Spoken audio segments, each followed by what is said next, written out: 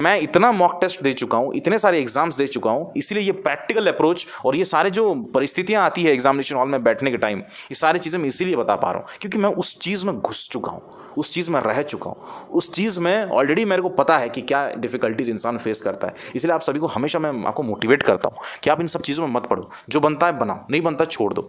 IBPS RRB PO है, कसम से बता रहा हूँ दोस्तों, अगर 55 अगर एक्यूरेसी के साथ बनाओगे ना आप पास हो जाए। हेलो नमस्कार और आप सभी का हार्दिक स्वागत करता हूं एक और बार स्टूडेंट फरमाइश पे। ये वीडियो पहले मैंने एक वीडियो बनाया था जहां पे मैंने आप सभी को बोला था कि 3rd शिफ्ट ईजी था और 4th शिफ्ट भी ईजी था। तो काफ़ी लोगों ने मेरे को कमेंट करके बताया कि सर आपको शायद रिव्यू ढंग से नहीं मिला है, किसी ने आपको कुछ गलत रिव्यू दे दिया है। मैं आपको बताना चाहता हूँ मेरे को अच्छे खासे रिव्यूज़ आए हैं। अगर आप चाहते हो तो आप भी अपना रिव्यूज़ मेरे को इंस्टाग्राम तक पहुँचा सकते हो। लेकिन दोस्तों मैं एक चीज़ बताना चाहता हूँ, इजी का मतलब IBPS RRB PO में 70, 75, 80 बनाना नहीं होता है। ये IBPS RRB PO है, ये PO लेवल का परीक्षा है। ये IBPS PO से थोड़ा सा हल्का आएगा, लेकिन IBPS RRB क्लर्क से ज़्यादा ही टफ आएगा। तो इसमें इजी का मतलब ही समझ जाइए कि अगर 55, 60 अगर छू रहे हो ना, बहुत अच्छा खासा अटेम्प्ट है, सॉलिड अटेम्प्ट्स हैं। आज आते हैं मुद्दे की बात करते हैं दोस्तों कि आज गलतियाँ क्या किया हमने और आज हमको क्या सीखना चाहिए। अगर आपकी एग्जामिनेशन कल है तो फिर ये वीडियो आपके लिए बड़ा इंपॉर्टेंट वीडियो है। सुन लीजिए, मैंने आपको ना बार बार एक चीज़ बोला है, आज भी ये सेम चीज़ों को लोगों ने दोहराया। मैंने आप सभी को बोला था कि आप टाइम मैनेजमेंट सीखो आप, और टाइम मैनेजमेंट और ये कैसे कौन से सेक्शन को कितना टाइम देना है, अगर एक सेक्शन डिफिकल्ट आ जाता है दूसरे सेक्शन इजी आता है तो उसको कैसे चीज़ें। देखिए अब क्या होता है ना, हम ज़्यादा ही जो है दिल लगा लेते हैं कि अगर मान लो कि हम एक छोटा सा मिसलेनियस क्वेश्चन आ गया, हम दिल से बना रहे हैं उस क्वेश्चन को, लेकिन हमको पता है कि मिसलेनियस क्वेश्चन है, 1 मार्क का क्वेश्चन होगा, लेकिन उसी 1 मार्क 2 मार्क के चक्कर में हम अटक गए, आज फंस गए, क्योंकि उसके बाद हमको और समय नहीं मिला क्वांट के लिए। और क्वांट तक हम जब पहुंचे तो ऑलरेडी डेटा इंटरप्रिटेशन जो है वो काफ़ी कैलकुलेटिव था, तो वहाँ पे और कुछ इंप्लीमेंट करें वो तब तक सोच में अगर विचार में कुछ आ जाता है तब तक हम पैनिक मोड में आ जाते हैं।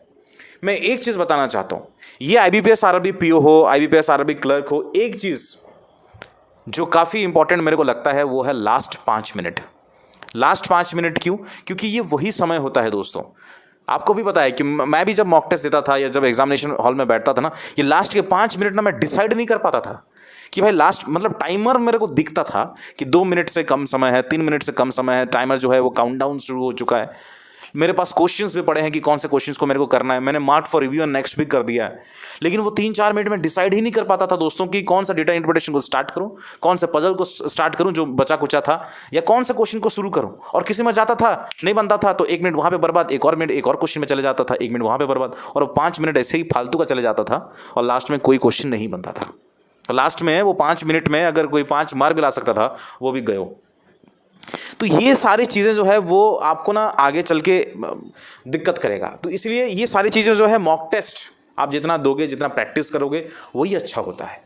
एक और चीज़ मैं बताना चाहता हूँ, आज क्या हुआ है कि मेरे को जैसे मैसेज आया इंस्टाग्राम पे कि मेरे को किसी ने बोला कि सर मेरे को ये चीज़ का शायद एक बीमारी है। तो मैं बोला क्या चीज़ का है भाई? तो वो जो डिस्क्रिप्शन किया, जो नरेशन उसने किया, फिर मेरे को समझ में आया कि ये बीमारी तो मेरे को बहुत पहले से लग चुका है।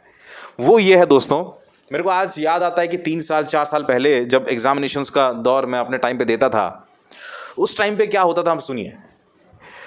कोई जैसे मेरा मान लो 3rd शिफ्ट में एग्जामिनेशन है, 1st शिफ्ट में मान लो कैसलेट आ गया है, एग्जाम के रिव्यू वीडियोस तो बहुत सारे उस टाइम पे भी आते थे, यूट्यूब तो काफ़ी वीडियोस का रिकमेंड करता था उस टाइम पे, अभी भी करता है।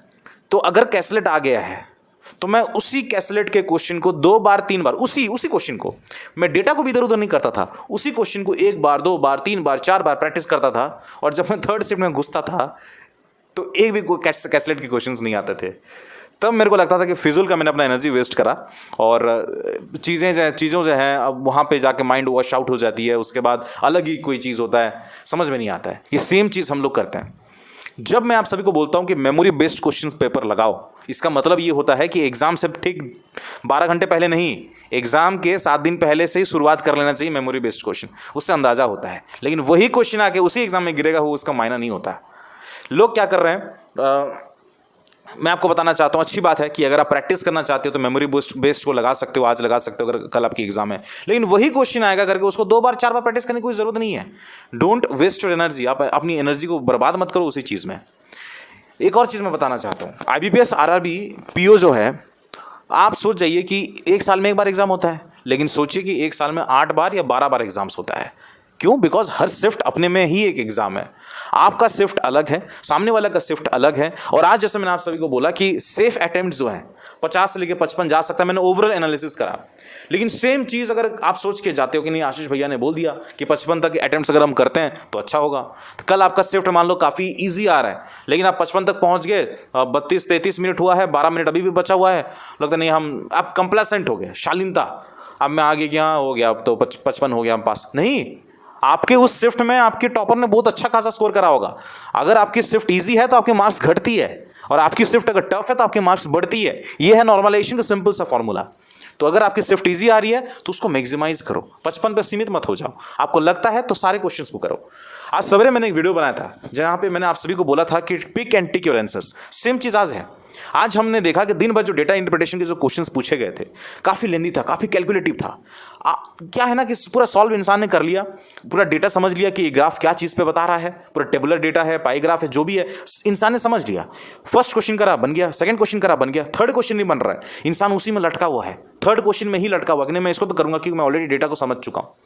भैया अगर 5 क्वेश्चन डेटा इंटरप्रिटेशन के आते हैं, अगर आपसे अगर 3 भी बन रही है, बाकी 2 नहीं बन रहा है, तो आप उसी में ही मत रहो ना।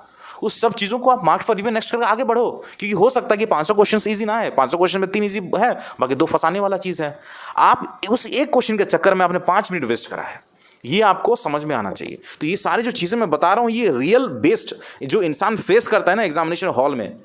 देखिए मैं इतना मॉक टेस्ट दे चुका हूँ, इतने सारे एग्जाम्स दे चुका हूँ, इसलिए ये प्रैक्टिकल अप्रोच और ये सारे जो परिस्थितियाँ आती है एग्जामिनेशन हॉल में बैठने के टाइम, ये सारी चीज़ें मैं इसीलिए बता पा रहा हूँ क्योंकि मैं उस चीज़ में घुस चुका हूँ, उस चीज़ में रह चुका हूँ, उस चीज़ में ऑलरेडी मेरे को पता है कि क्या डिफिकल्टीज इंसान फेस करता है। इसलिए आप सभी को हमेशा मैं आपको मोटिवेट करता हूँ कि आप इन सब चीज़ों में मत पढ़ो, जो बनता है बनाओ, नहीं बनता छोड़ दो।